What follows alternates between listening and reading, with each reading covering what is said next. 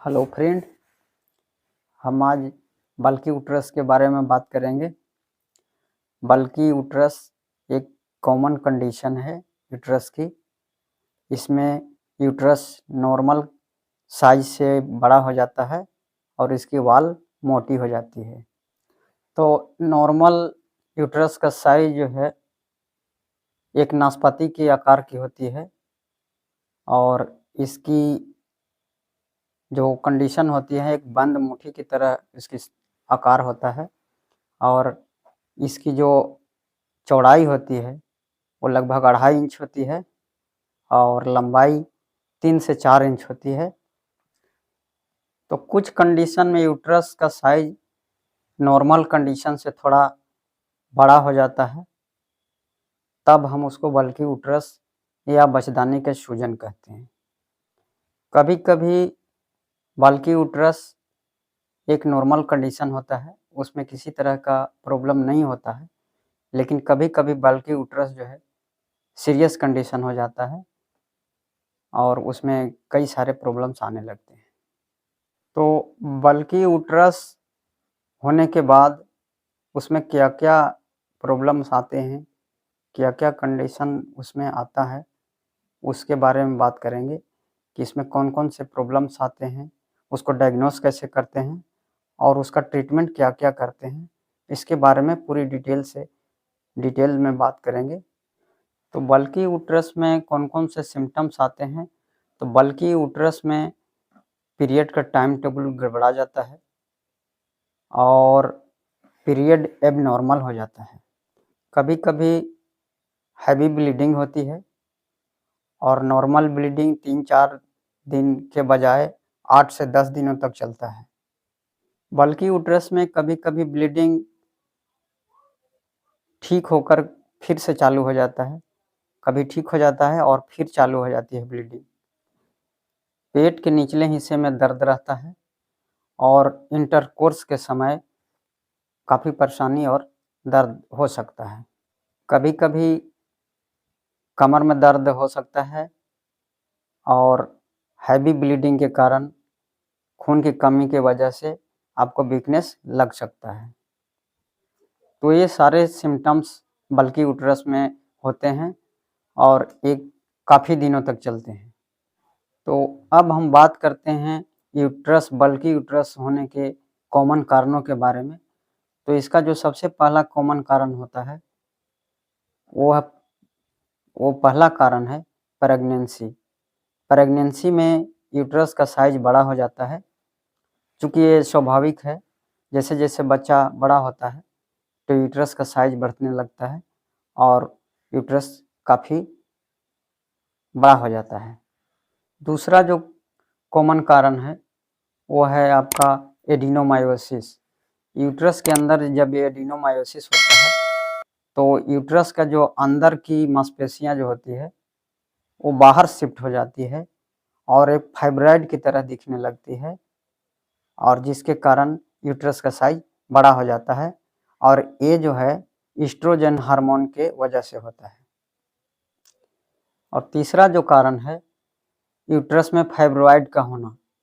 Uterus में fibroid 30 से 40 साल की उम्र के महिलाओं को ज़्यादा होती है और ये फाइब्रॉइड कैंसरस नहीं होती है और ये करीब-करीब एस्ट्रोजन हार्मोन के उतराव-चढ़ाव के कारण होता है और ये फाइब्रॉइड जो है छोटा भी हो सकता है या कभी-कभी बड़ा हो जाता है, तब वो यूट्रस का साइज जो है काफ़ी बड़ी हो जाती है।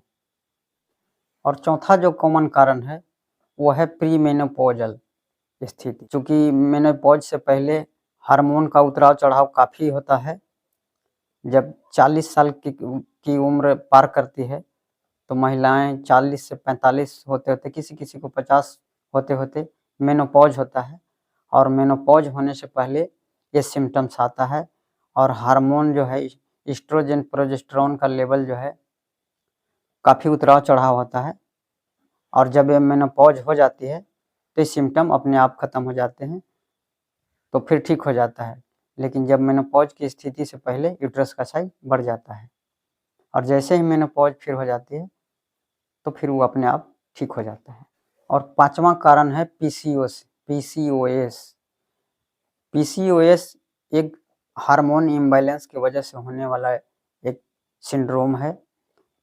जब पीसीओएस होता है तो यूट्रस के अंदर जो अंडे बनते हैं पूरी तरह से मैच्योर नहीं हो पाते हैं और वो परिपक्व होकर रैप्चर नहीं हो पाते हैं, जिसके वजह से मंथली गड़बड़ा जाती है पीरियड्स, और हर महीने पीरियड न होने की वजह से, पीरियड डिले होने की वजह से यूट्रस की लाइनिंग काफ़ी मोटी बनती है, और मोटी होने की वजह से कभी-कभी हैवी ब्लीडिंग होता है और उसमें भी यूट्रस का साइज बढ़ जाता है। और छठा जो कारण है यूट्रस में कैंसर होना। जब यूट्रस में कैंसर हो जाता है तो उसमें भी यूट्रस का साइज बड़ा हो जाता है, उसमें काफ़ी दर्द होता है, हैवी ब्लीडिंग होगा और पीरियड इरेगुलर होता है, और यूट्रस से जो डिस्चार्ज होता है काफ़ी बैड स्मेल होती है, तो उसमें भी यूट्रस का साइज बड़ा हो जाता है। तो बल्की यूट्रस का डायग्नोसिस कैसे करते हैं? तो बल्की यूट्रस का डायग्नोसिस करने के लिए आपका डॉक्टर उसे फिजिकल एग्जामिनेशन करने के बाद उसे पता चल जाता है कि आपका यूट्रस की साइज क्या है। और दूसरा जो जांच कराई जाती है वो या तो अल्ट्रासोनोग्राफी होती है या फिर एमआरआई होती है। तो अल्ट्रासोनोग्राफी या एमआरआई से यूट्रस के अंदरूनी भाग का पता चलता है, उसमें ओवरी सिस्ट है या नहीं है, यूट्रस का साइज क्या है, सर्विक्स की स्थिति क्या है, उन सारी चीज़ों का पता चल जाता है। तो अब हम बल्की यूट्रस के ट्रीटमेंट की बात करेंगे। तो बल्की यूट्रस का ट्रीटमेंट हम कैसे करते हैं? तो बल्की यूट्रस में यदि कोई सिम्पटम्स नहीं है, किसी तरह की कोई प्रॉब्लम नहीं है, तो उसमें किसी ट्रीटमेंट करने की ज़रूरत नहीं पड़ती है। लेकिन यदि उसमें किसी तरह का सिम्पटम्स आ रहा हो, उसमें दर्द है, हैवी ब्लीडिंग हो रही है, तो उसको सिम्पटम और कंडीशन के आधार पर उसका अलग-अलग ट्रीटमेंट किया जाता है। बल्की यूट्रस में जैसा कंडीशन होता है उसके हिसाब से उसका ट्रीटमेंट किया जाता है। और यदि हैवी ब्लीडिंग हो रहा हो और साथ में काफ़ी पेन हो, तो उसको ब्लीडिंग को कम करने के लिए कुछ कॉन्ट्रासेप्टिव पिल्स दिए जाते हैं, जिससे उसका ब्लीडिंग कम हो जाता है और जो पीरियड इरेगुलर है वो समय पर आने लगता है। और पेन किलर के लिए आप कुछ भी आइबुप्रोफेन या मेफेनिक एसिड पैरासिटामोल की गोली दिया जाता है। तो कॉन्ट्रासेप्टिव पिल लेने से काफ़ी हद तक फ़ायदा मिल जाता है और दर्द भी कम हो जाती है।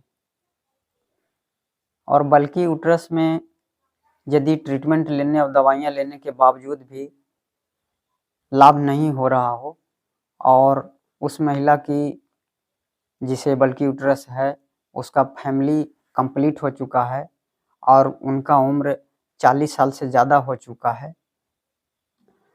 और उसका यूट्रस का साइज काफ़ी बड़ा हो गया है, तो फिर ये सलाह दी जाती है कि उसकी यूट्रस को निकाल दिया जाए। और यूट्रस जब निकाल दिया जाता है तो उनकी सारी समस्या हल हो जाती है और ठीक हो जाता है। यूट्रस में यदि फाइब्रॉइड है और फाइब्रॉइड यदि छोटा है और कम संख्या में है और कोई सिम्पटम्स पैदा नहीं कर रहे हों, सिम्पटम्स नहीं आ रहे हों, कोई दिक्कत नहीं है, तो उसे निकालने की ज़रूरत नहीं पड़ती और उसे बच्चा कंसीव करने में भी ज़्यादा कोई प्रॉब्लम नहीं होता है।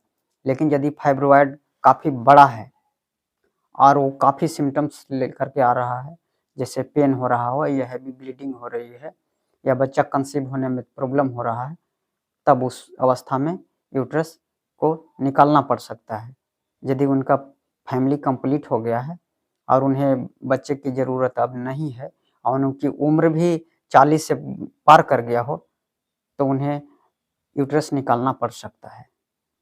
कभी-कभी यूट्रस में कैंसर डेवलप हो जाता है, जिसे सर्विक्स कैंसर या ओवरी का कैंसर बोलते हैं, तो उसमें भी यूट्रस का साइज़ काफ़ी बड़ा हो जाता है। तो उस अवस्था में उनको जान बचाने के लिए यूट्रस को निकालना पड़ सकता है और उसमें कीमोथेरेपी या रेडियोथेरेपी के माध्यम से उसका ट्रीटमेंट किया जाता है और उनको ठीक हो जाती है।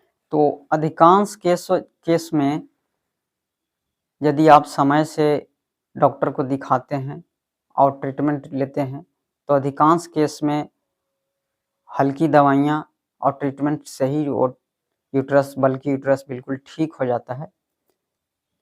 जैसे उसमें पेन हो या हैवी ब्लीडिंग हो तो कंट्रासेप्टिव पिल्स या पेन किलर देने से वो आराम मिल जाता है, ठीक हो जाता है।